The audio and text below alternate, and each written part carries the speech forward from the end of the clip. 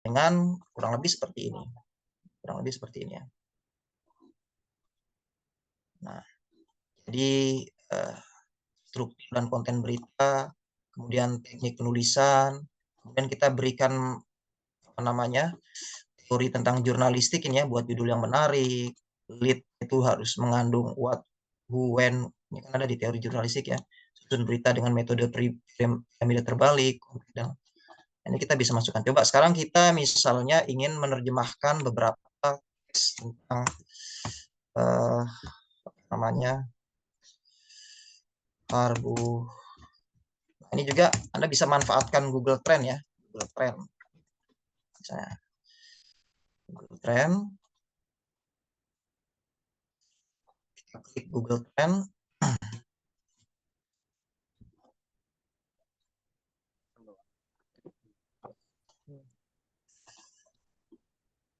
Klik yang trending now.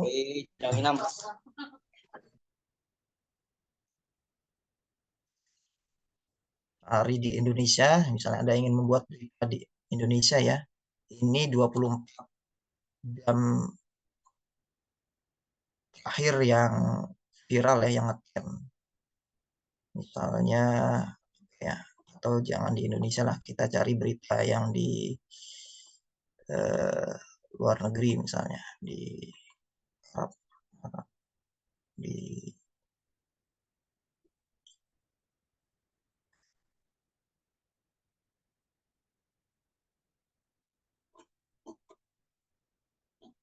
Mesir misalnya.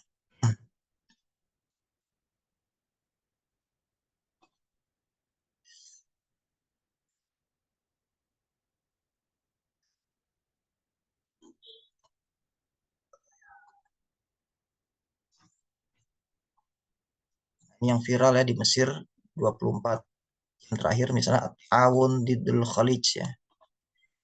Klik, klik di sini. Kalau Anda nulis berita tentang ini dan Anda posting di blog ya,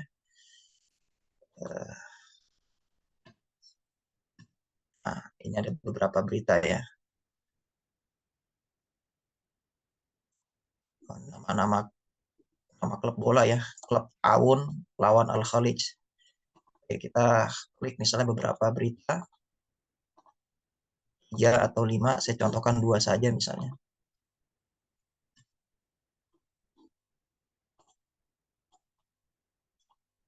Kemudian ini saya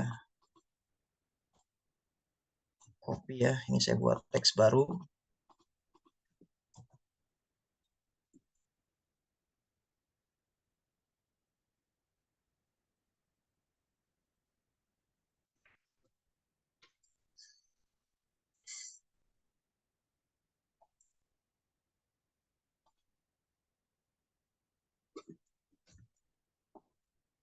Bentar ya.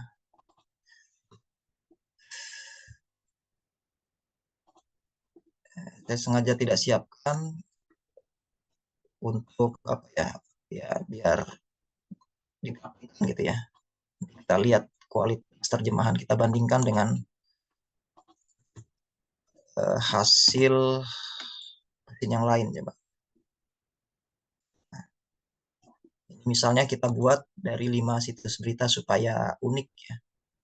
Karena sesuai teori penerjemahan media massa kan harus namanya untuk judul harus eye catching ya, harus menarik ya, harus baik misalnya.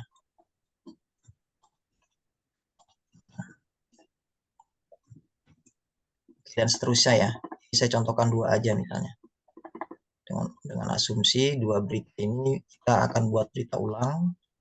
Kita klik. Ini saya save as di sini aja.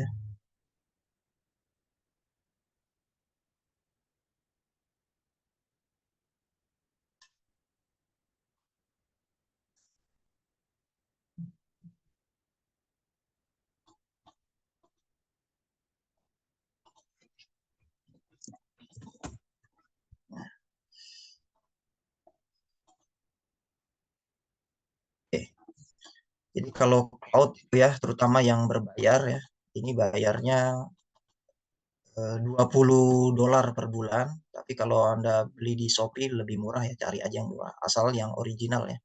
Kadang-kadang ada yang mirroring gitu ya. Kalau Anda beli di Shopee itu ada yang nggak original, maksudnya mirroring itu ya pakai eh, situs pihak kedua atau pihak ketiga ya. Saya nggak rekomendasikan kalau Anda beli GPT yang apa yang 4.0 tapi Anda pakai yang mirroring, saya nggak rekomendasikan. Ada beberapa yang membuat penelitian ya di skripsinya, ternyata hasilnya ya mirroring gitu.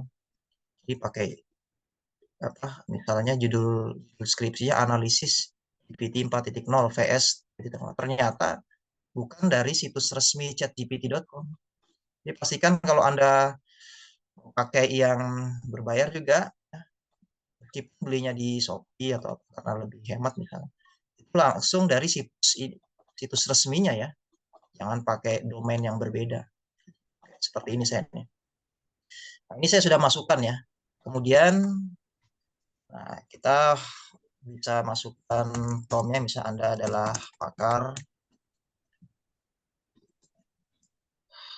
jemaah ya dan profesor fisika Arab misalnya.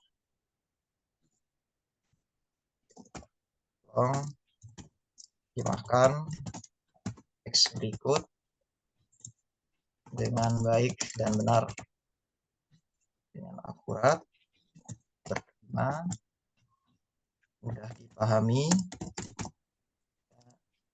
baik, harus berkualitas. Nah begini ya.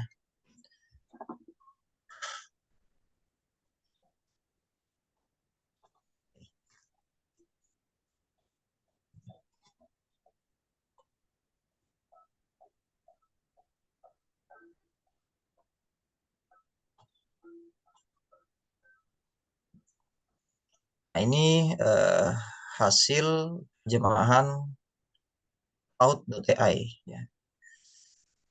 Nah, tentu kalau misalnya untuk jenis teks media ada bisa ubah ya.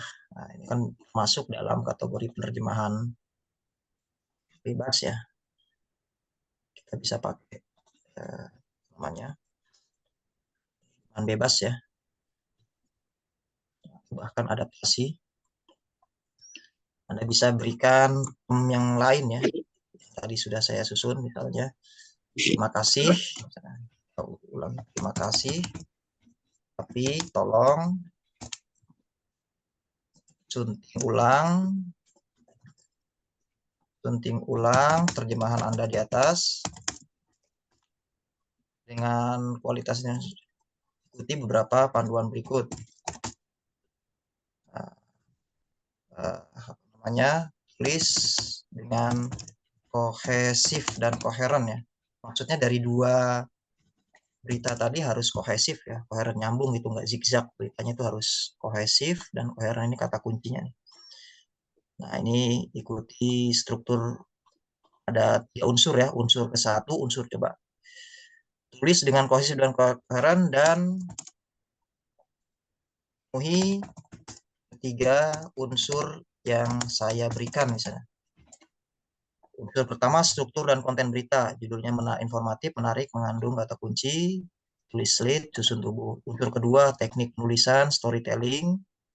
Unsur ketiga optimasi SEO ya, optimasi kata kunci, judul URL, meta description, buat meta description menarik, gunakan URL pendek. URL itu link ya. Struktur heading yang baik, H1, H2.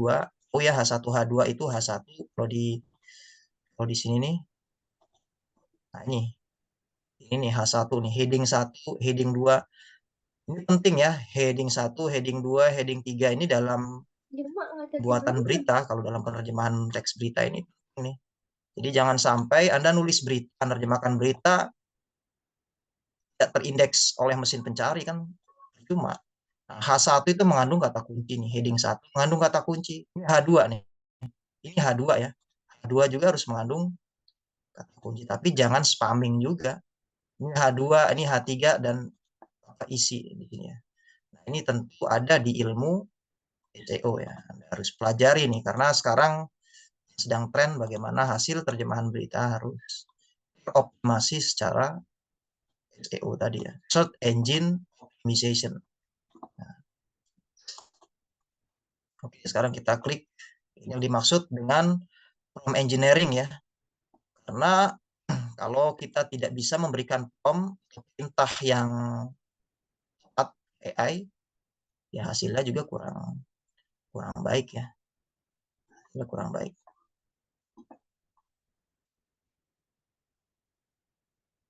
Nah, ini hasilnya setelah dia menulis ulang ya. Oke, hasilnya seperti ini nih. Lead-nya atau lead itu tiras berita ya, isi berita. Nah, oke, kesimpulan. Nah, ini call to action dan lain-lain. Meta description ini dimasukkan ke dalam website ya. Ini bukan ada di dalam tubuh apa namanya berita, tapi ini Anda masukkan ke dalam website. Yang sudah familiar dengan website tahu nih cara memasukkan meta, URL dan lain-lain. Nah, hasilnya tentu belum sesuai nih, belum sesuai dengan keinginan kita kan. Anda bisa komplain lagi ke sini. Jadi kadang-kadang ya ketika menerjemahkan satu teks, saya bisa minta katakan misalnya 4 alternatif. Dari 4 itu kita baca. Nah, mungkin ada alternatif pertama di paragraf di kalimat pertama lebih bagus. Kalimat kedua alternatif kedua. Jadi kita lihat, kita bandingkan. Kalau internetnya cepat, saya rasa 2 atau 3 alternatif sudah cukup. Dan itu bagus ya. Ya kuncinya tetap Anda harus tahu. Anda harus tahu ini kayak ini benar atau salah gitu. Jangan sampai Anda nggak tahu. Nah, itu bahaya itu. Yang bahaya kalau Anda nggak tahu ini AI nerjemahinnya salah atau benar. Nah, itu bahaya kalau menurut saya. Jadi Anda harus tahu manualnya dulu, harus bisa menerjemahkan dengan kamus dulu. Nah, misalnya ya, saya komplain ya. Terima kasih. Tapi hasil tulisan Anda masih kurang menarik misalnya. Kurang menarik. Pastikan sesuai dengan teori jurnalistik tanpa apa ya hilangkan satu pesan dan makna penting di teks sumber misalnya.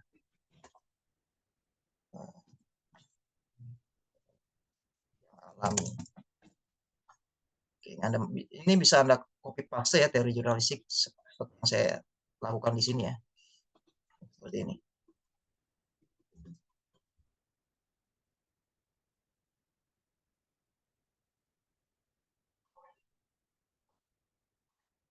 Ini sudah jauh lebih baik ya. Sudah jauh lebih baik.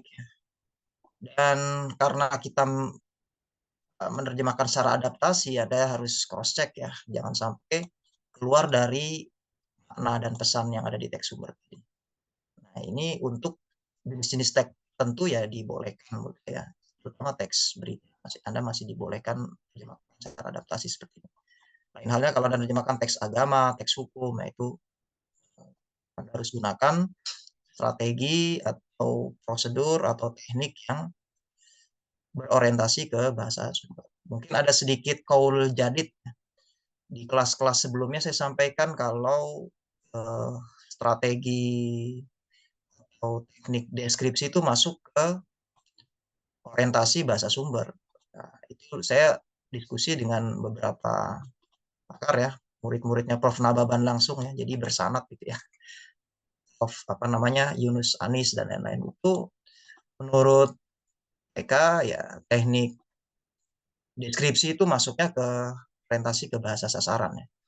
Jadi kalau Anda menerjemahkan menggunakan teknik deskripsi, mendeskripsikan gitu ya, itu orientasinya ke bahasa sasaran. Yang bahasa sumber hanya ya, ada calque, ada borrowing dan terjemahan literal. Nah, seperti ini. Ini tentu Anda bisa lakukan optimasi lainnya ya. Coba bandingkan misalnya ke ChatGPT. ChatGPT ya bisa-bisa aja sih. Anda lakukan gini seperti ini misalnya. Dengan perintah yang sama coba bisa bandingkan.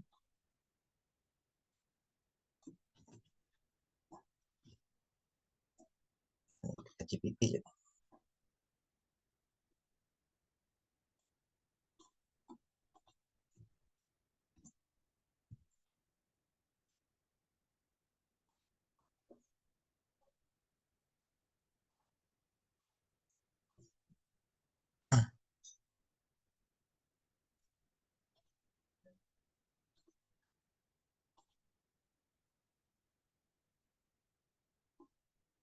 Ya udah.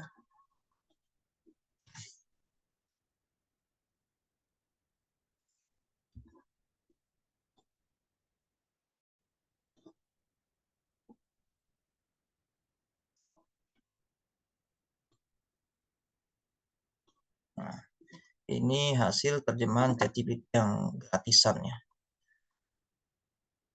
Nanti mungkin saya minta eh, beberapa yang hadir di sini untuk menerjemahkan ya. Saya sudah siapkan teks nih, teks.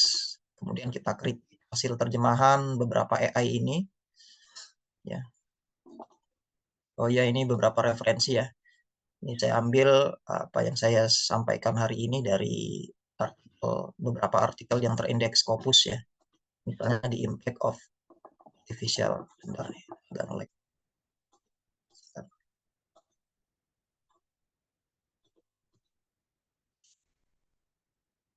Nah, ini tulisan yang sangat bagus, konteksnya juga apa namanya penerjemahan bahasa Arab ya.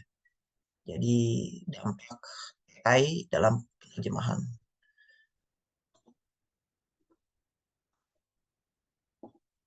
Ini nanti akan saya bagikan ke moderator ya, karena sebetulnya ya namanya AI ini konkretnya gimana sih kita bisa menghasilkan uang ya, menghasilkan uang dari AI itu gimana sih? Ya, kita bisa selain bisa menerjemahkan, membuat konten, kreator, bisa membuat website, itu semua bisa pakai AI ya. Terus ini nih dia sharing pengalaman bagaimana menghasilkan 1.000 US dollar per bulan hanya dari AI. Tapi ya emang harus konsisten sih. Ini baru ketahuannya 3 bulan setelah Anda unggah hasil gambar Anda menggunakan AI tadi. Ini juga sebetulnya sudah saya praktikkan. Saya penasaran aja ya, penasaran apakah ini work ya, apakah betul-betul menghasilkan. Sebentar nih, ini nah, di sini nih. Saya agak sedikit zigzag ya, mumpung saya ingat ya, takutnya nanti saya lupa nih. Jadi jangan Anda sangka AI itu hanya GPT aja, ada banyak sekali AI. Kalau Anda buka misalnya di Shopee ya, Anda ketik aja AI, itu ada banyak sekali AI premium yang harganya mahal ya, kurang lebih 20 dolar, dan dijual murah di Shopee ya. Anda bisa cek untuk kira-kira AI buat apa sih? Contohnya nih, yang saya gunakan misalnya cloud, ini bagus nih. Menurut saya jauh lebih bagus dibanding ChatGPT. Karena saya juga sudah pakai ChatGPT yang berbayar dan ya itu tadi ya, ada kadang masih banyak halusinasinya gitu. Konteks kita harus betul-betul kuat supaya hasil terjemahannya akurat. Gunakan cloud ini untuk menerjemahkan, untuk bikin buku. Karena sampai sekarang pun saya masih buat buku ya, saya gunakan AI juga ya untuk membantu mempercepat hasil 10 kali lebih cepat dibanding saya menerjemahkan manual. Yang penting Anda tahu dia kesalahan AI sehingga Anda bisa perbaiki. Nah, dalam konteks AI ya, di sini ini ada beberapa AI yang terkenal, ada Perplexity, ada Jasper, Sonic, kemudian Copy AI, bisa explore tuh di Shopee itu harganya murah-murah ya, ada 30, 20 ribu, 50 ribu. Nah, ini AI eh, apa memanfaatkan AI untuk menghasilkan uang gimana? Salah satunya Anda bisa eh, unggah ke Microstock gimana supaya Anda punya kontrakan online gitu ya. Definisi dari penghasilan apa ya? Eh, bahan aja uang masuk kurang lebih gitu ya. Nah, Anda bisa klik insight misalnya. Sepertinya nggak ada di sini nih. Ada di ebook ini ya. Ini pakai cara saya ya. Cara saya. Anda bisa lihat nih. kita lakukan riset dulu, misal klik insight. Kemudian di sini ada yang diunduh 250.000, ada yang sebulan diunduh 1 juta, ada yang diunduh 25.000, ada yang 10.000. Tentu satu kali unduh kan dibayarnya dolar kalau ada Shutterstock misalnya. Adobe Stock ini yang lumayan mahal, Adobe Stock dan Shutterstock. Sekali unduh misalnya kita di share harganya katakan misalnya $12, satu gambar ini dibayar $12, bayangkan. Kalau sebulan 10.000 unduhan, wah, banyak. Jadi orang Indonesia banyak yang sukses juga ya dari jualan kayak gini. Nah, gimana caranya misalnya kita mau buat gambar seperti ini nih? Saya nggak tahu apakah di sini diajarkan atau enggak ya. Anda bisa baca, tapi ini worth it ya Anda baca kalau Anda ingin memperdalam AI untuk gambar ya. Nah, kenapa saya mengoleksi beberapa e-book AI untuk gambar? Ya karena memang buku-buku yang saya buat itu kan ensiklopedia, banyak gambar ya. Saya buat ensiklopedi namanya. Nah, sekarang nih saya sedang proses membuat ensiklopedi Islam untuk pelajar, itu banyak gambar gitu. Jadi saya bagaimana caranya supaya ensiklopedi yang saya buat bisa banyak gambar dan menggunakan AI gitu supaya lebih hemat lah untuk belajar. Coba ya.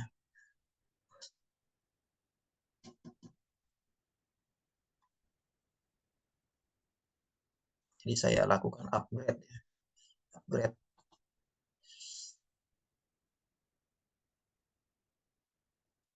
Nah, ini banyak gambarnya nih.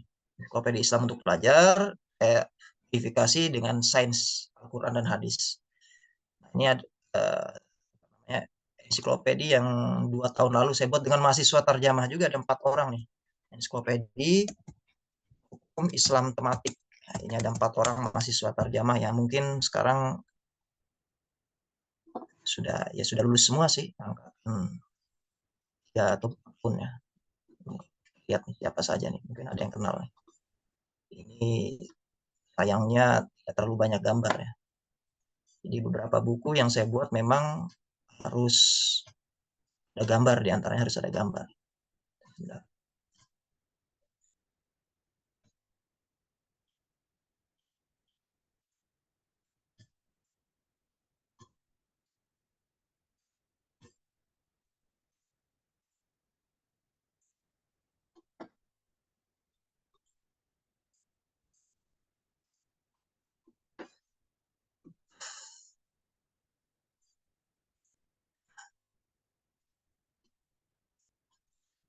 Pak moderator, ini saya sampai jam berapa ya?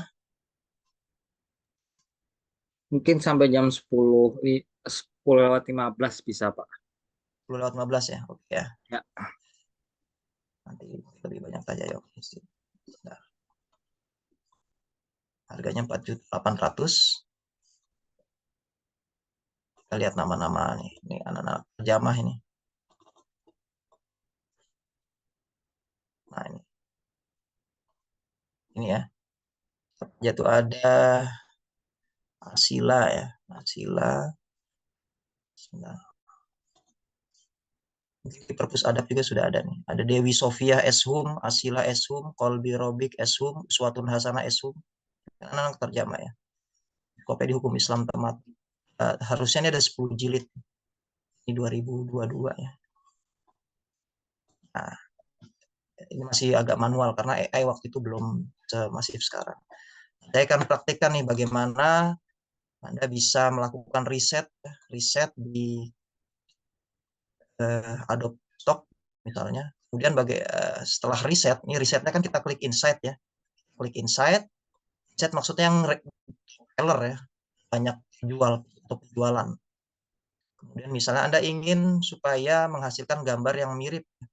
Ini ada 25.000 penjualan. Coba kita mau ini ya, coba bisa nggak mirip? Nah, pakai ini saya klik deh. Saya ganti yang lebih ekstrim coba.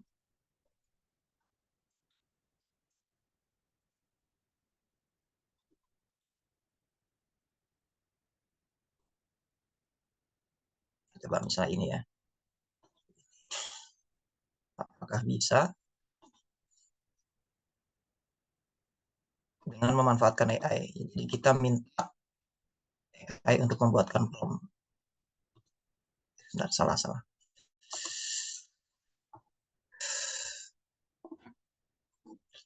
Sebentar.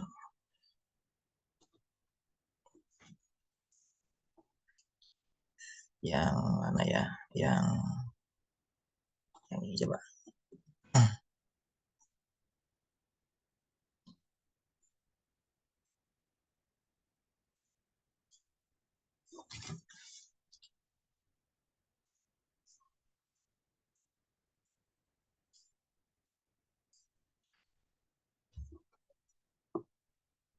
Oke, coba kita klik di sini. Kita save.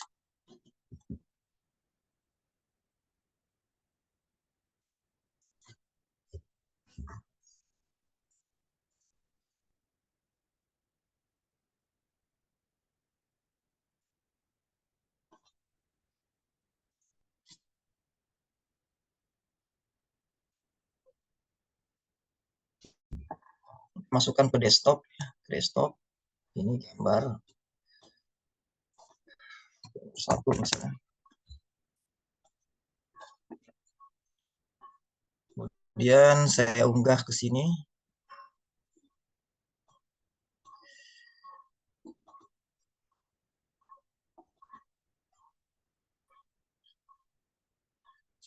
Chat.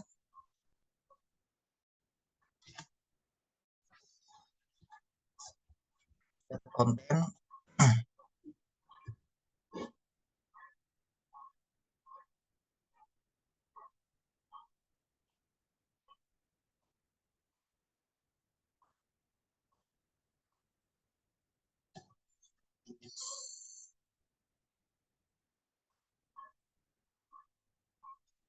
Yang tadi ya, gambar satu. Nah, ini Anda masukkan perintahnya ya. Ingat ya, ini namanya prompt engineer. Perintah harus akurat ya, presisi akurat. Misalnya nih, tolong buat deskripsi gambar di bawah ini dalam bahasa Inggris yang detail. Gambar di bawah ini dalam bahasa Inggris yang detail dan 100% mirip ya. Deskripsi harus akurat. Kalau hasilnya masih belum akurat, ya Anda bisa komplain. Hasil deskripsi Anda setelah saya masukkan belum sesuai dengan gambar. Tolong perbaiki lagi. Bisa. Anggap aja dia sebagai teman. Nah, ini kita masukkan ke beberapa penyedia gambar. Di sini ada, saya rekomendasikan sih, ini ya, Midjourney ya. Midjourney. Kalau mau gratisan bisa pakai ini misalnya. Leonardo.ai. Gratisan. Midjourney juga dibatasi. Tapi Midjourney juga nggak terlalu mahal. Terlalu mahal ya. Jadi prompt-nya menggunakan chatbot, Claude misalnya. Kemudian untuk gambarnya kita pakai Leonardo. Bisa juga pakai ini Bing ya. Bing ini selain bisa menerjemahkan, bisa membuat apa namanya menghasilkan apa yang kita perintahkan dengan chat, dia juga bisa buat gambar ya. Bing Copilot punyanya Microsoft ya. Awal-awal sebelum sekarang dibatasi itu saya seringnya gunakan Bing dibanding Cloud ya. Tapi sekarang juga sudah berbayar. Nah, yang versi berbayar menurut saya masih lebih bagus yang Cloud dibanding Bing. Dia bisa menerjemahkan juga pakai Copilot Bing ya. Nah, ini tinggal dipastikan di sini. Bentar. Bing Image Creator. Kalau Anda buat buku yang banyak gambar, ya bisa dengan cara saya seperti ini. Ini agak nge-lag ya. Sebentar, masih nge-lag nih. Belum bisa.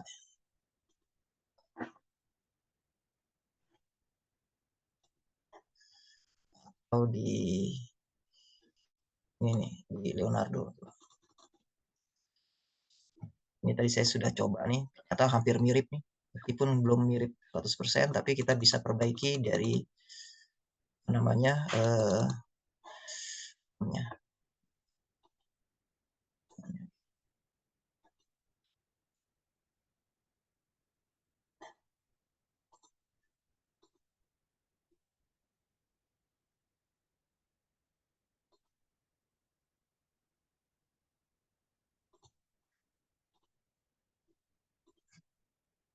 stay aja, kemudian klik create, ini Bing Image ya. Jadi kalau ada gambar lukisan kayak begini yang bagus-bagus, ada buat prompt-nya atau deskripsinya menggunakan AI ya. Nah, lagi proses nih. Kalau masih belum mirip ya, Anda bisa perbaiki. Nah, ini hasilnya masih belum terlalu mirip kalau Bing. Coba kita lihat ini hasil Bing. Padahal yang kita mintakan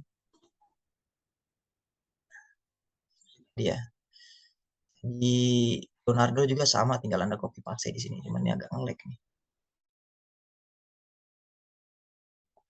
Banyak, saya terlalu banyak membuka tab jadi agak nge-lag nih. Tinggal di paste aja di sini. Oke, mungkin saya praktikkan deh. Nah, kita menghemat waktu saja. Kita lanjutkan ke presentasi ini, sebetulnya masih banyak. Enggak.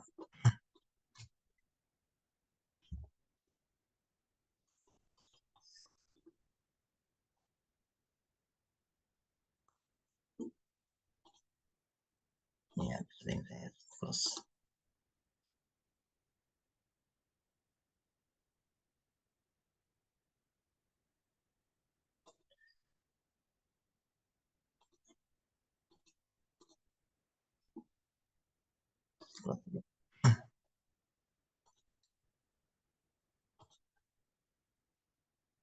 Nah, ini resiko dan efek global terkait perkembangan kecerdasan buatan.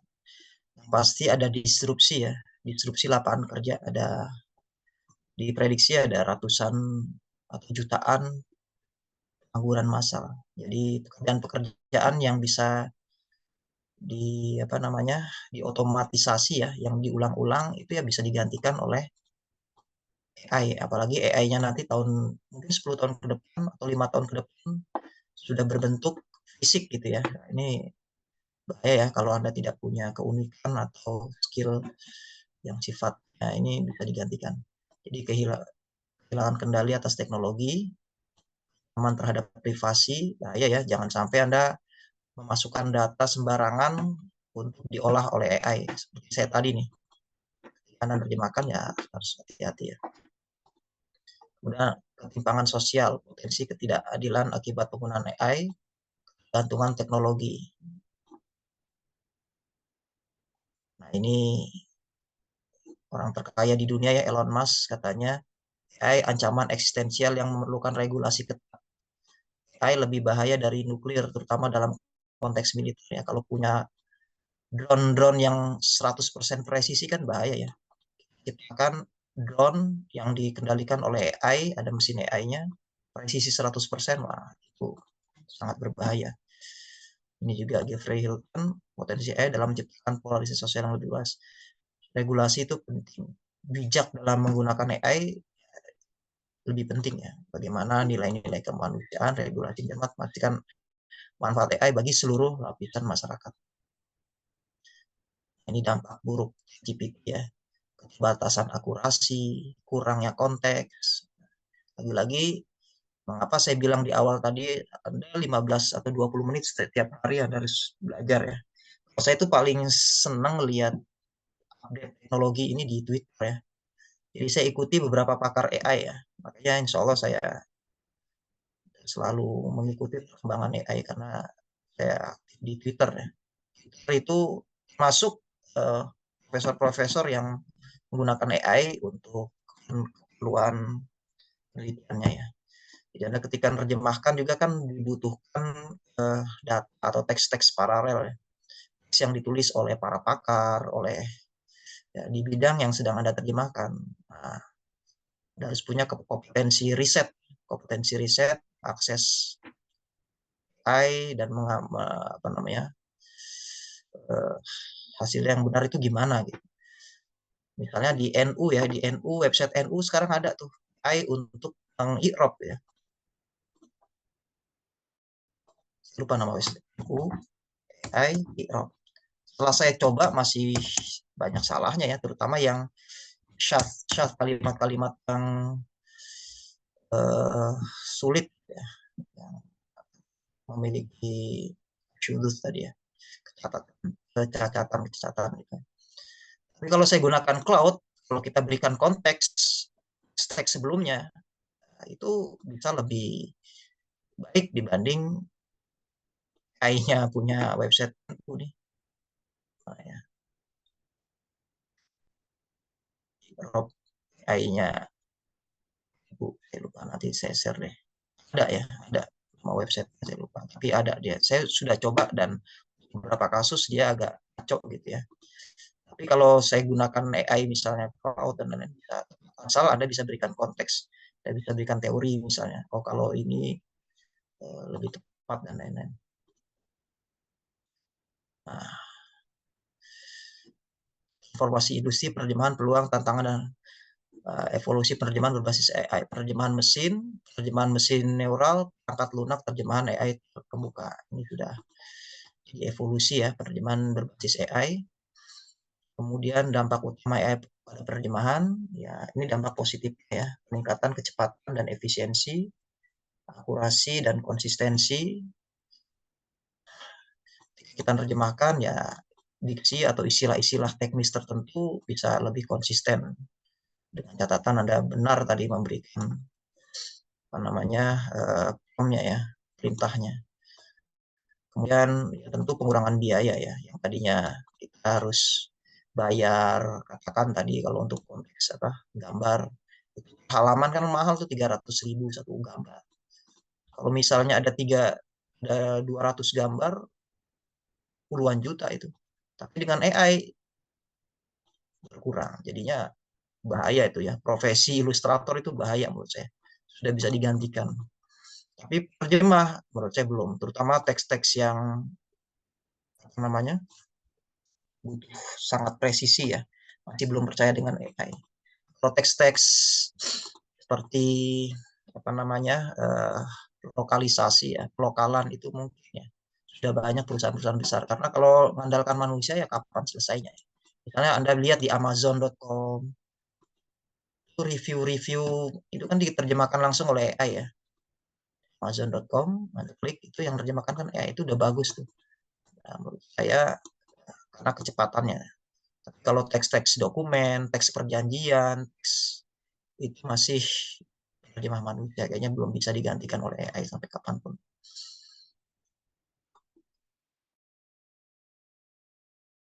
Nah ini minusnya ya, bias dalam model AI, kontrol kualitas, privasi dan keamanan data, pengambilan keputusan etis, keterbatasan pada bahasa yang langka, bahasa-bahasa yang kuno, itu mungkin AI belum ya. Bahasa arkais ya, bahasa-bahasa kuno.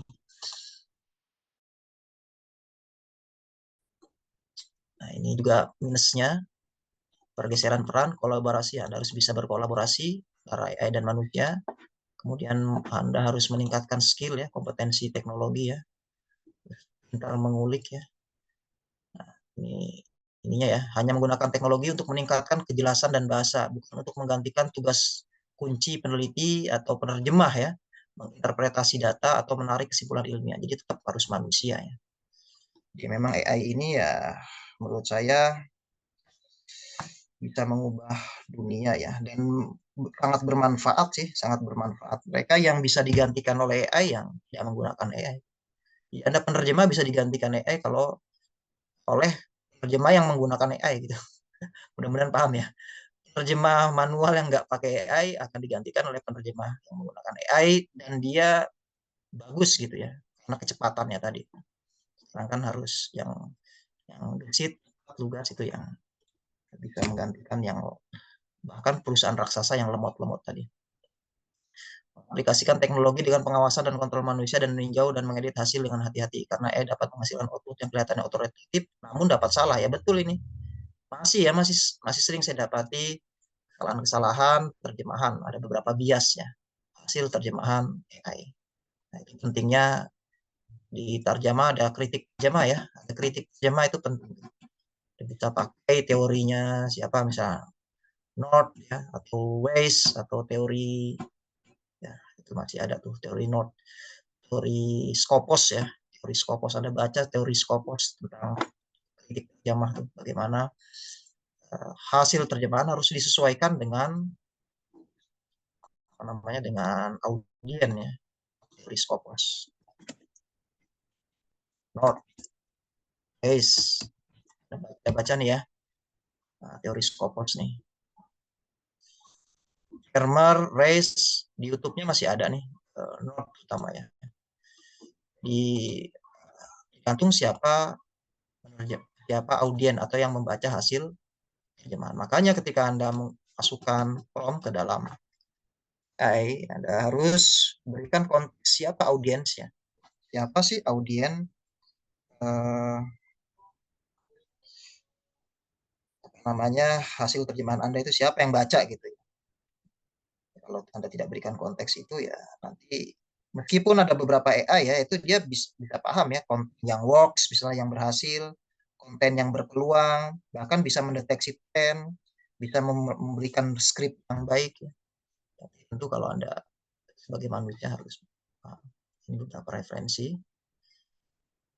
dampak kecerdasan buatan terhadap penerjemahan manusia, evolusi teknologi di AI, tantangan, evaluasi penerjemahan etis, ya, peran manusia masih berada berpuluh-puluh tahun lagi dari teknologi apapun yang perlu kita khawatirkan. Yang perlu kita khawatirkan AI akan banyak menyelesaikan masalah manusia. Ya, sama seperti yang sering saya sampaikan ya.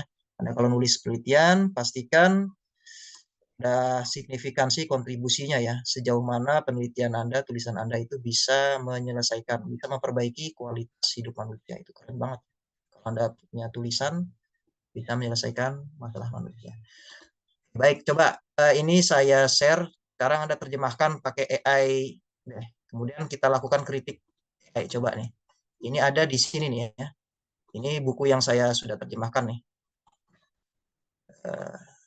Lalu kita lakukan kritik. Bentar nih, saya copy dulu. Mana tadi? Oke.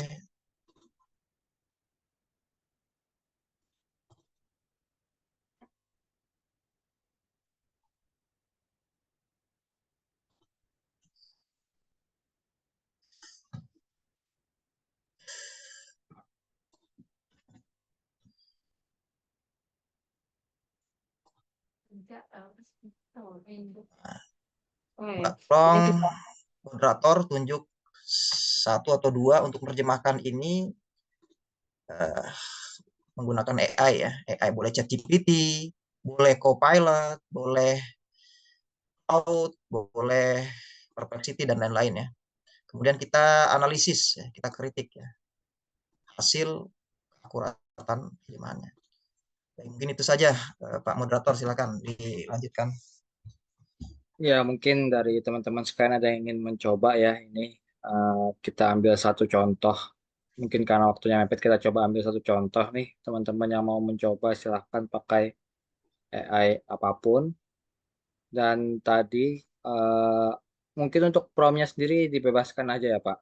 Boleh, boleh, bebas.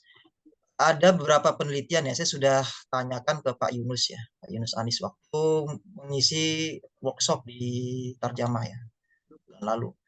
Itu yang menarik sih sebetulnya penelitian tentang relay translation ya, relay translation. Ada yang paham nggak relay translation? Relay translation, oh ya. Relay translation itu maksudnya terjemahan yang berantai gitu ya. Nah, ini menurut saya menarik nih kalau Anda baca-baca penelitian tentang relay translation. Misalnya AI menerjemahkan dari bahasa Arab ke bahasa Indonesia, kemudian ke bahasa Inggris. Dari bahasa Inggris Anda terjemahkan ke bahasa Indonesia. Itu namanya relay translation.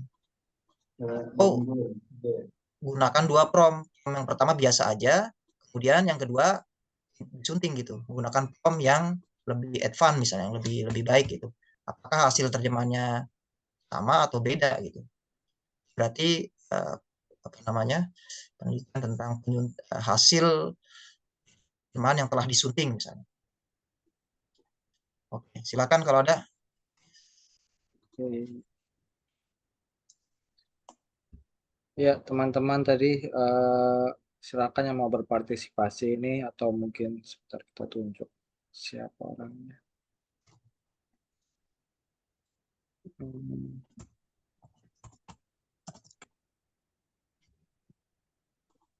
Baca-baca ya di beberapa tesis atau disertasi di sini nih. Sambil saya menunggu ya yang ingin menerjemahkan ya, silakan. Ini Anda bisa login ya, bisa sign up untuk bisa mengunduh koleksinya. Kemudian checklist di sini nih, di tesis atau disertasi atau skripsi. Selain repository Win ya. Nah ini penyuntingan terjemahan.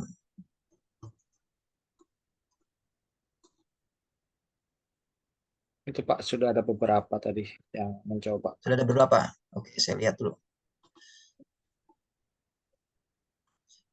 Definisi istinja, salah satu makna dari istinja terbebas dari sesuatu. Saya lihat ininya ya teksnya. Saya lihat teksnya. Istinja.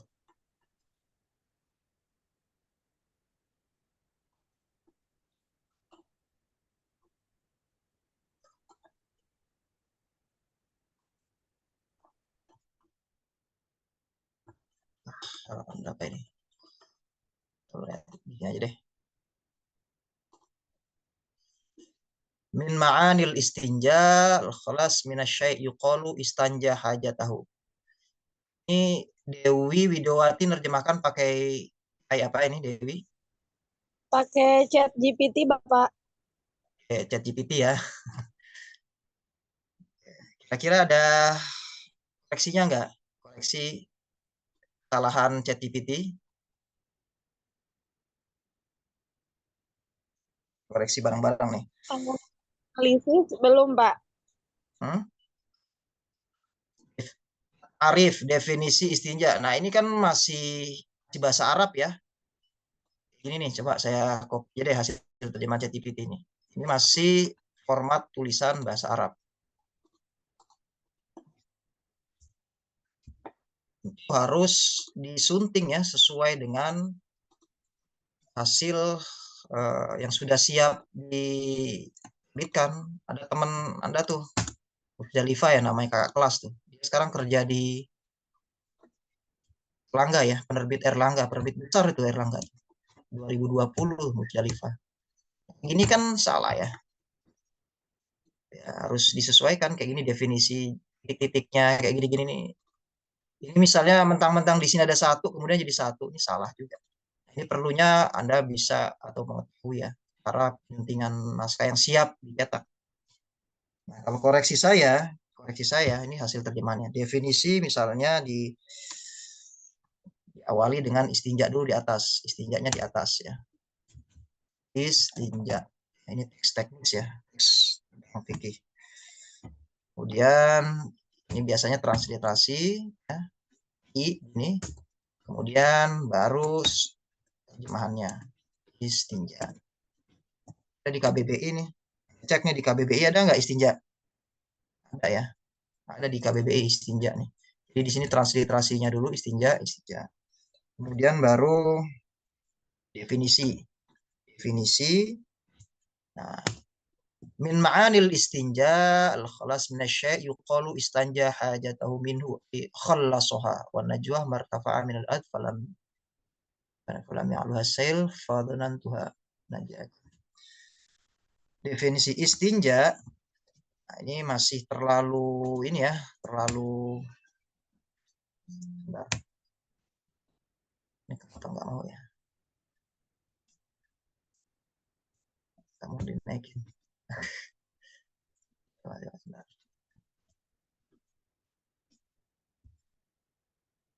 Ini aja deh, saya hapus deh.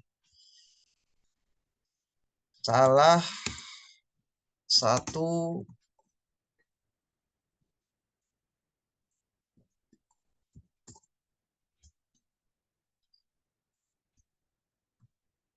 ya.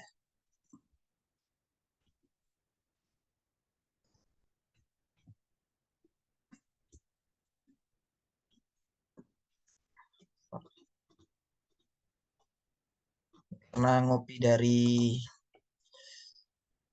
apa namanya Zoom jadi agak error. Pak, saya copy dulu di note supaya nggak keikut ininya.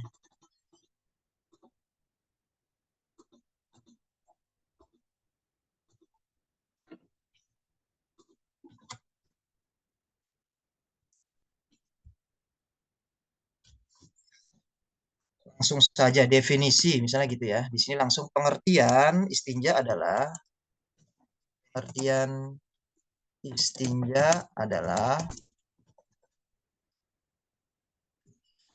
al-khalas apa di sini? Itu bebas dari sesuatu. Al-khalas minasyai' bebas dari satu bersih. Nah, bersih ya. Khalas itu maksudnya bersih ya, bersih atau suci dari sesuatu. Kalau saya ngeditnya begitu. Bisa kita kayak teknik ziyadah ya. Di sini tambah bersih atau suci dari sesuatu. Yuqalu jika dikatakan di sini dikatakan, nah ini bisa kita tambah jika dikatakan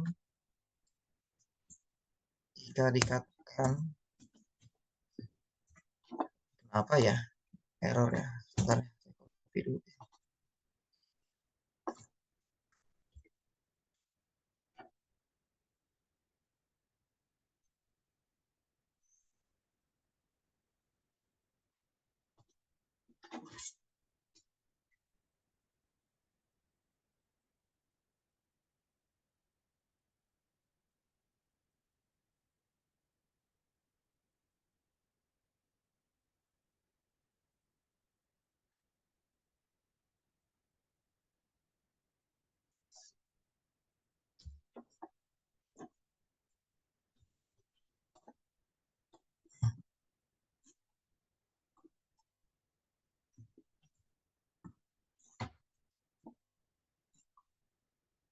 Jika dikatakan yuqalu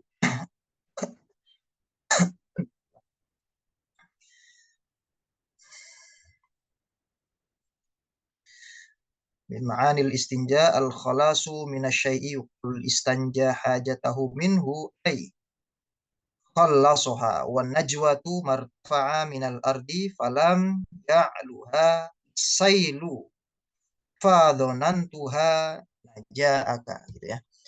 Jika dikatakan ia melakukan istinja dari kebutuhannya, jika dikatakan, nah ini kan siapa yang bisa baik ini?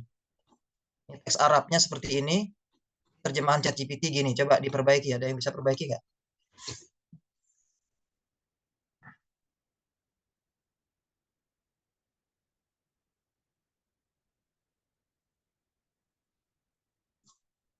Lihat teks Arabnya ya, istanja hajatahu minhu. Diterjemahkan jika ini kan nggak ada jikanya, ini saya tambahkan. Dikatakan ia melakukan istinja dari kebutuhannya. Saya kira sesuai nggak dengan sumbernya nih, maksud tulisnya. Oke, siapa yang bisa memperbaiki coba?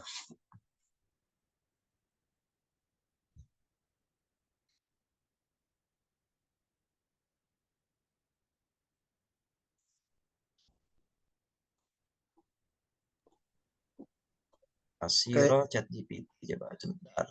Ifda ini siapa nih? Dewi. Ifda juga masih sama ya. Salah satu makna dari istinja adalah terbebas dari sesuatu. Misalnya dikatakan ia melakukan istinja. Masih sama tuh. Kemudian kasiro. Katakan dia melakukan istinja. Sampai sama ya. Lain nggak ada Ini ya? Pak, saya Ya gimana? menurut saya istanja hajatahu minhu. istinja adalah kebutuhan gitu. Pelan-pelan coba gimana? Dari sini jika dikatakan gimana jika dikatakan Ah, jika dikatakannya benar Pak, karena itu yukolu kan ya, ya. majhul. Tapi yang istanja hajatahu minhu itu kurang pas, kurang tepat. Ia melakukan istinja dari kebutuhannya karena Heeh, termasuk ambigu gitu, ambiguitas. heeh. Jadi menurut saya langsung aja diginiin. Jika dikatakan istinja adalah sebuah kebutuhan kayak gitu. Istinja adalah sebuah kebutuhan. Tuh, lihat ya, ini kan masih pengertian bahasa ya. Istinja definisi. Istinja definisi. Pengertian istinja adalah bersih atau suci dari sesuatu. Jika dikatakan, nah ini jangan titik dua nih. GPT masih salah nih. Coba ya saya minta ke ini ya. Saya minta ke Cloud coba. Bisa nggak dia? Cloud.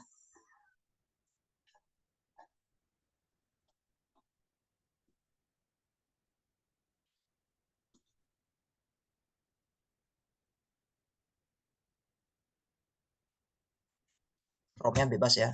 Saya biasa gini, Anda adalah pakar. Selalu pakai pakar ya. Anda adalah pakar penerjemahan yang super genius misalnya. Menerjemahkan, menerbitkan puluhan, ratusan buku terjemahan. Tunjukkan kecerdasan Anda pada dunia dengan menerjemahkan teks berikut ke bahasa Indonesia dengan akurat sesuai teks sumber. Akurat sesuai teks sumber, baca dan mudah dipahami. Ingat ya, terbaca di sini maksudnya sesuai dengan budaya ya, dengan budaya dan kaidah bahasa Indonesia. Dua.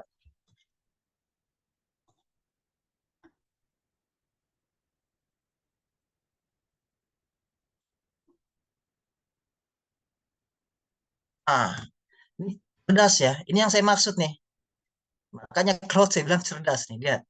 Dikatakan istanja hajatahu minhu itu harus ada. Makna istinja membebaskan diri atau bersih dari sesuatu. Jika dikatakan istanja, kan saya nggak sepakat kenapa titik dua ya. Saya komplain nih coba. Tolong sekali lagi.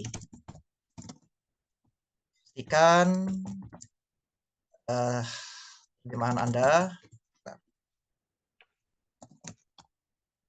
sesuai dengan kaidah penulisan bahasa Indonesia. Sebetulnya udah bagus sih. Wah, ini rich ya. Oke, kita copy ya. Ini saya maksud gini ya. Dikatakan koma istanja hajatahu minhu artinya dia membebaskan. Karena apa? Karena makna istinja kan membebaskan. Artinya dia membebaskan kebutuhannya dari itu. Tuh. Ini makanya bagus banget nih Cloud nih. Kita harus bisa memberi penilaian ya. Jangan sampai kita nggak tahu nih mana yang benar gitu. Karena antara ChatGPT, Gemini juga punya Google nih, keren juga sih. Tapi saya lebih senang ke Cloud aja ya. Jadi koreksinya untuk ini ya, koreksinya. Nah, ini kan pengertian istajah bersih atau suci. Jika dikatakan, ini jangan titik dua nih. Cloud itu misalnya harus. Kemudian kalau ada koma, ini nih, buka titik dua ya, buka. Kemudian di sini istanja hajatahu min adalah artinya adalah sesuai yang ini nih kan bersih. Artinya adalah membersihkan, bersihkan. Nah, gitu aja. Nah, ini berarti di sini titik koma gini. Ini. Nah, oke. Nah, ini tanda petik 1 aja. Najwa sama seperti cloud ya. Di sini ada tuh, bagus tuh. Najwa adalah bagian tanah yang lebih tinggi sehingga tidak kena banjir. Maka Anda mengiranya ini karena teks ininya cuma sampai sini ya. Cloud cuma sampai sini, tapi ini udah keren banget ya. Najwa dia ulin lagi nih. Coba di mana tadi? GPT nggak ada ya, belum ada kayak gini. Masih kalah news ya, kalah cerdas. Tapi belum tentu kalau kita masukin promnya nggak kayak gini. Makanya Anda harus jago prom ya, Anda berikan konteks. Dalam konteks misalnya tadi saya contohkan, dia salah i'rab, ya saya copy paste aja referensi i'rab dari buku-buku tentang i'rab ya. Dia salah i'rab nih, udah saya copy paste di sini. Tolong Anda mengi'rab sesuai dengan referensi yang saya berikan. Nah, dia benar. Itu ya, berikan konteks intinya. Ini kita lanjutkan yang ini. Najwa adalah segala sesuatu adalah, oh di sini udah ada nih, adalah tanah tinggi sehingga tidak terkena banjir, tanah tinggi yang tidak dilanda banjir.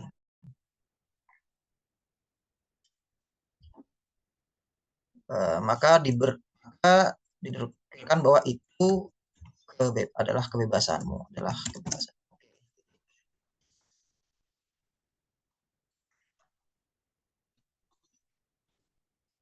Ini sekarang.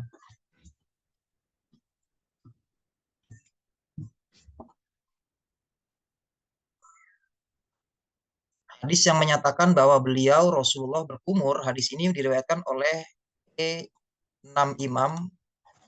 Saya copy dulu.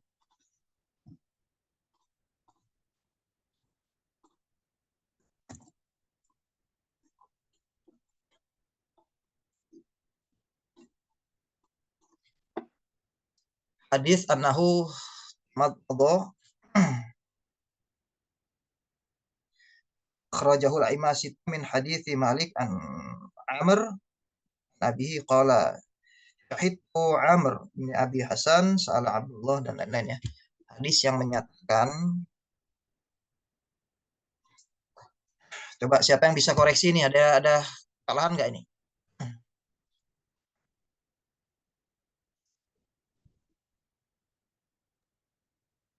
Sebelumnya mohon maaf Pak, waktunya jam 10.40 nanti sesi tanya jawab ya Pak, sudah masuknya. Oke. Oke, kalau gitu saya serahkan deh ke moderator, mungkin ada sesi tanya jawab, silakan. Ya. Ya, stop dulu. Boleh kalau mau dilanjutkan untuk satu hadis ini Pak, di 10.40. Ini aja kalau mau lanjutkan yang berikut aja ya, jangan hadis nih. Tapi nggak apa-apa deh, langsung aja tanya jawab. Ini tadi kerjakan di rumahnya. Oke, ya nanti kita bisa jadikan tugas buat peserta sekalian. Oke, sebelumnya saya mohon maaf tadi untuk waktunya karena terbatas. Untuk selanjutnya kita lanjutkan ke sesi tanya jawab dulu bagi teman-teman. Tadi untuk kesimpulannya sendiri saya ambil kesimpulan bahwasanya AI memang sudah sangat canggih, tapi memang kita masih perlu untuk mempelajari manualnya terlebih dahulu, terutama di zaman sekarang itu ada salah satu tugas kita itu meneliti prompt yang akan kita gunakan ketika menggunakan AI tersebut. Nah, tadi ada beberapa macam AI yang telah disebutkan oleh Pak Zaki, kemudian plus dan minusnya, yang mana pasti plusnya itu adalah kemudahan dalam menemukan atau mencari sesuatu, sedangkan sisi gelapnya kita juga harus tahu etika dalam menggunakan AI tersebut. Dan terakhir tadi sudah diberikan contoh cara mengoreksi salah satu teks keagamaan ya. Jadi memang meskipun AI sudah canggih, contohnya tadi ChatGPT itu kan masih banyak kesalahannya ketika menerjemahkan teks keagamaan, apalagi nanti ketika digunakan untuk menerjemahkan teks sastra, teks hukum, tadi contohnya harus banyak sekali diperiksa kembali. Nah, mungkin itu beberapa kesimpulan dari apa yang telah kita lalui dari kajian ini. Mungkin teman-teman yang ingin bertanya lebih lanjut nih tentang AI, kami persilahkan untuk dua penanya terlebih dahulu. Silahkan yang mau bertanya.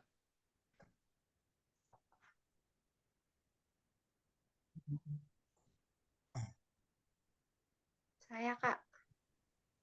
Iya, eh, pada Saudari Herawan Sawilah, dipersilakan. Ya, sebelumnya saya izin dulu kepada moderator dan Bapak Zaki.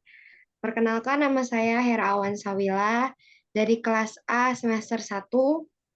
Saya ingin bertanya, Pak, sesuai yang Bapak sampaikan tadi, ketika menerjemahkan teks dengan bantuan AI, kita harus memposisikan diri sebagai pengoreksinya ya, atau tahu kesalahan-kesalahan yang ada pada yang diterjemahkan oleh AI tersebut. Lalu bagaimana ketika orang-orang yang baru belajar teknik-teknik menerjemahkan menggunakan AI untuk menerjemahkan secara tidak langsung kan kita belum terlalu bisa dan belum terlalu tahu di mana letak kesalahannya. Ya, cukup sekian pertanyaan dari saya. Terima kasih. Mohon dijawab. Oh iya, mungkin silahkan satu pertanyaan lagi. Eh, Tadi sudah saya catat pertanyaannya dari Herawan Sawilah, semester 1 kelas A ya. Teman-teman lagi yang ingin bertanya, tadi sudah banyak yang dijelaskan Pak Zaki, mungkin juga banyak sekali pertanyaan yang muncul, terutama dalam penggunaan AI ini. Dan juga di sini juga ada, tadi mungkin Bapaknya menyebut Kak Kolbi Robik ya, di sini juga beliau ada memperhatikan dari awal tadi. Hmm,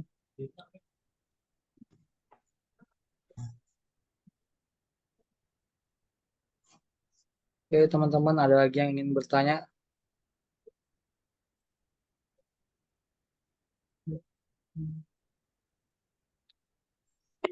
Saya, Kak. Oke, kepada Saudari Eka Fatmasari ya, dipersilahkan. Baik, sebelumnya mohon maaf belum bisa on cam. Terima kasih juga pada moderator, kepada Pak Zaki yang sudah menyampaikan materi dengan sangat baik. Eh, Perkenalkan saya Eka, saya dari kelas A semester 7. Jadi dari apa yang disampaikan dan juga dipelajarin sebelumnya di kelas juga ya Pak, tentang AI ini biasanya kita menerjemahkan teks, kemudian kita analisis kesalahannya apa dan bagaimana gitu. Jadi AI ini akan menjadi perbandingan. Biasanya kita gunakan untuk perbandingan terjemahan juga gitu.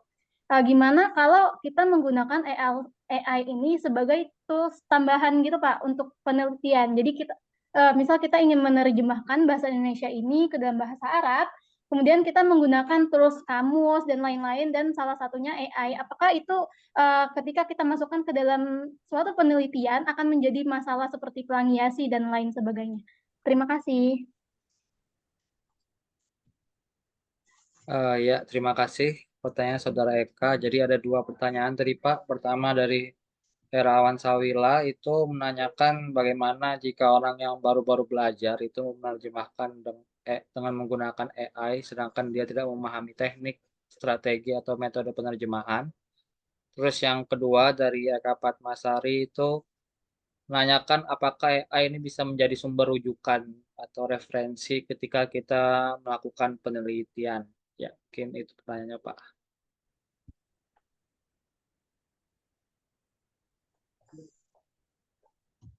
Ya, eh, baik. Ya. Pertanyaan dari Hera tadi ya, untuk yang masih semester awal, bagaimana? Apakah kita sudah boleh menggunakan AI karena kita belum bisa melakukan kritik terjemahannya? Ya, memang ya nggak apa-apa, oke saja AI ya. Sambil berjalannya waktu kan kita eh, proses ya, proses belajar, mulai dari belajar morfologi Arab, sintaksis Arab, nahwu, sorof, balaghah, retorika Arab. Ya.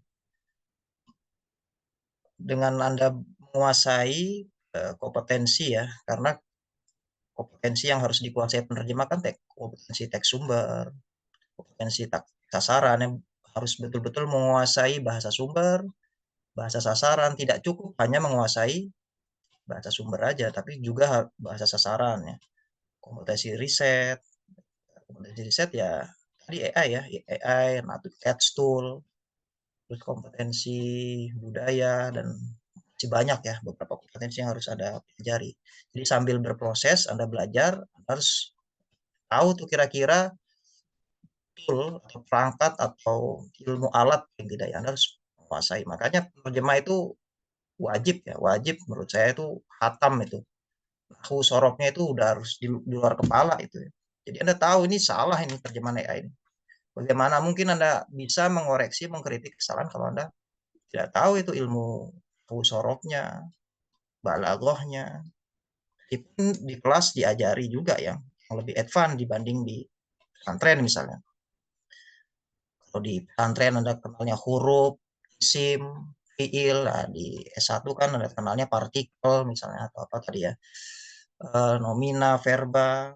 Kalau di pesantren Anda taunya tasbih, di tarjamah jangan tasbih lagi tapi simile misalnya. Majas jadi alegori, isti'aroh jadi apa? Metafora. Majas mursal jadi apa? Hiplase misalnya. Metonimia, uslub itu style, gaya, balaghah ya tadi retorika Arab. Istilah upgrade yang disebut dengan teks paralel ya.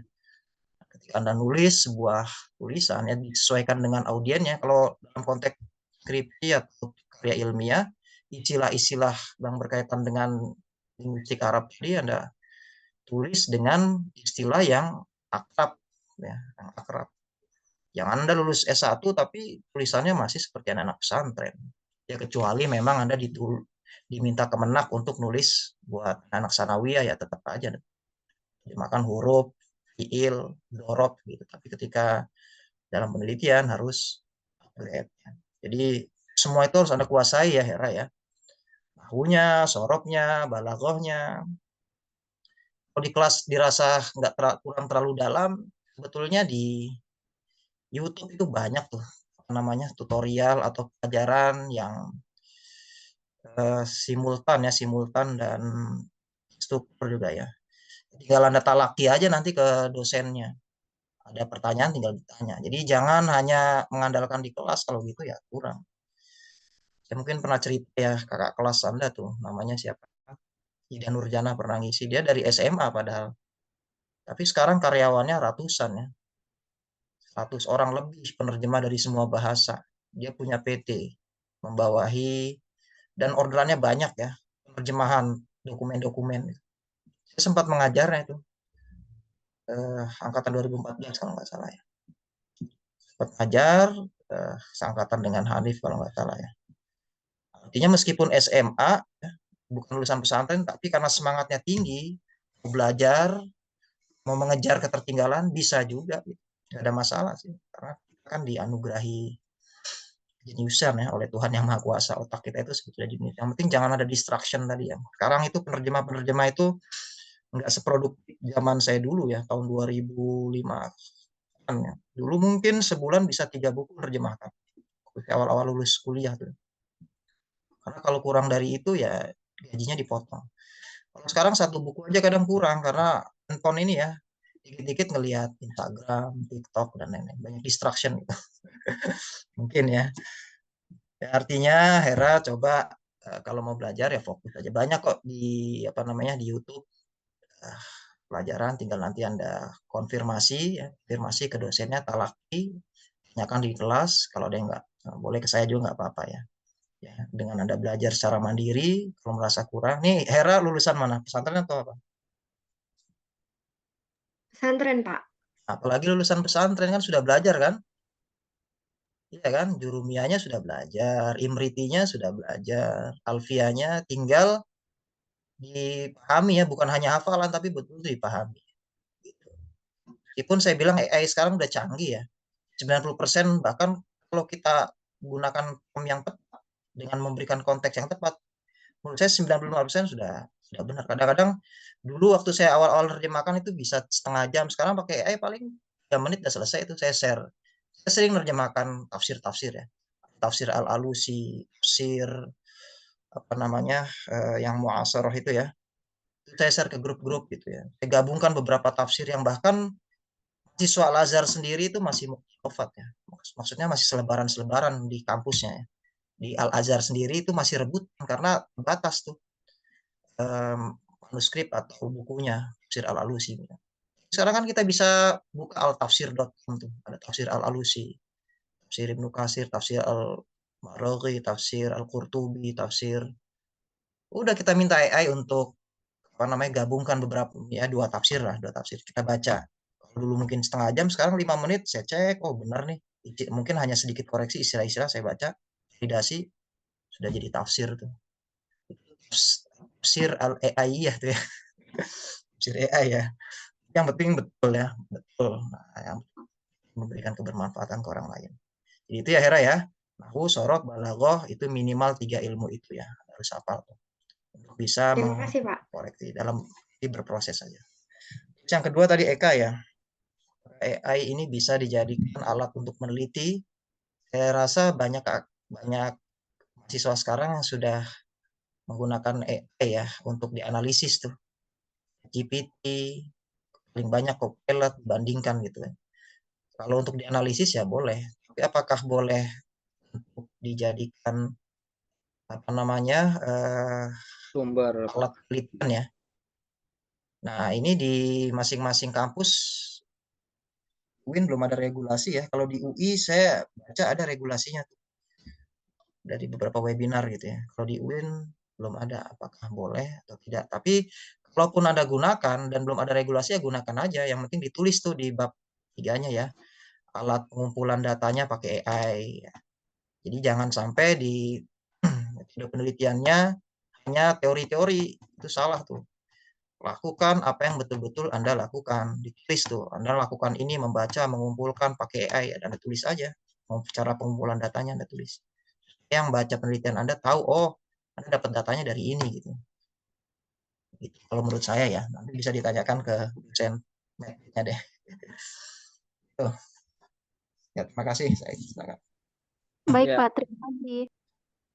Ya, terima kasih untuk para penanya. Mungkin untuk sesi pertama ini kita cukupkan dulu karena untuk waktunya itu sekitar 90 menit dan ini sudah jam 10.50. Sebelumnya mungkin kita dokumentasi terlebih dahulu ya, teman-teman dipersilakan yang mau kameranya dihidupkan untuk dokumentasi kita. Sebentar.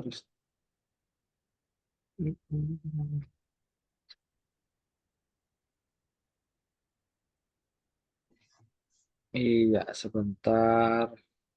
Ya, Bang. Oke. Ya, dalam hitungan 1, 2, 3. Ya, 1, 2, 3. Oke. Ya, mungkin dari kelas penerjemah yang pertama ini ada banyak sekali yang dapat kita ambil kesimpulannya, terutama tadi bahwa sebenarnya AI itu tidak bisa kita gunakan 100% dalam penerjemahan. Pastinya perlu lagi kita teliti, kita telaah, dan juga tadi Pak Zaki juga memberikan beberapa saran dalam memberikan prompt, serta memberikan beberapa contoh hasil terjemahan dan cara memperbaikinya untuk kita semua. Mungkin nanti dari teks yang tadi diberikan Pak Zaki bisa dikirim ke saya, nanti akan saya jadikan itu sebagai sebuah tugas. Nanti mungkin bisa kita evaluasi bersama-sama bagaimana hasil terjemahan dari AI tersebut.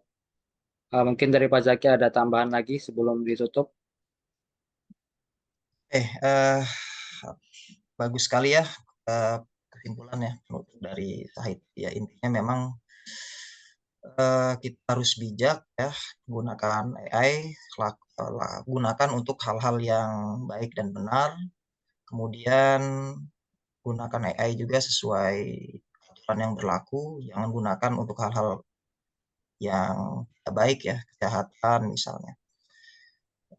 Selalu belajar ya, menambah wawasan tentang AI. Karena kalau tidak belajar ya siap-siap nih bisa digantikan AI. Kalau Anda nggak belajar, ya siap-siap digantikan AI. Dan kerjaan kita dalam konteks penerjemahan itu bisa lebih bagus ya, lebih baik kalau Anda gunakan AI. Ya, mungkin itu saja sedikit dari saya. Terima kasih semuanya ya. Mudah-mudahan bermanfaat. Ya, terima kasih kepada Pak Zaki. Sekali lagi kami ucapkan terima kasih sebanyak-banyaknya karena telah berkenan untuk mengisi kelas penerjemah pada hari ini. Kita tutup untuk pertemuan hari ini dengan membaca doa kafaratul majelis. Bismillahirrahmanirrahim. Subhanakallahumma bihamdika. Astagfiruka wa atubu ilaik. Ya, kita tutup untuk ya kita tutup kelas hari ini. Assalamualaikum warahmatullahi wabarakatuh. Waalaikumsalam warahmatullahi wabarakatuh. Terima kasih semuanya. Terima kasih Pak Zaki.